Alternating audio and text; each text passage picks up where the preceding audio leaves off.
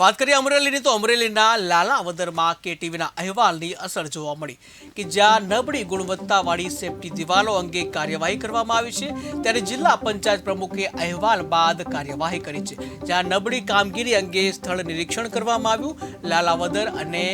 જે કેરિયા નાગર્સમાં જે રોડ છે ત્યાં દિવાલ જે બનાવવામાં તો ક્યાં સુધી થતી રહેશે આવી નબળી ગુણવત્તા તેવા પ્રશ્નો ઉઠાડ્યા હતા જ્યાં ગુણવત્તા વગરની કામગીરીને લઈને કેવી થશે કાર્યવાહી તે પણ એક પ્રશ્ન છે તો એમાં અમને ફરિયાદ મળી કે નબળું કામ થયું છે તો બાંધકામ સમિતિના ચેરમેન પરવીનભાઈ માંગરોળિયા અને હું બે તપાસમાં આવ્યા અને મીડિયાને હારે રાખી અને તપાસ કરી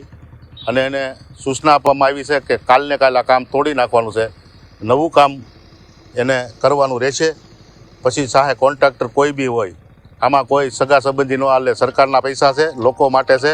અને વર્ષો સુધી કામ હાલે એવું ગુણવત્તાવાળું કામ કરવાના પૈસા સરકારે આપ્યા છે. તો એ પ્રમાણે નિયમ મુજબ કામ થાય એવી અમે તમામ કોન્ટ્રાક્ટરને અટાણે આહવાન કરવી છે કે કોઈ પણ કોન્ટ્રાક્ટર ટેન્ડર નાખ્યા પહેલાં અમરેલીમાં અમે નબળું કામ નહીં ચલાવી એ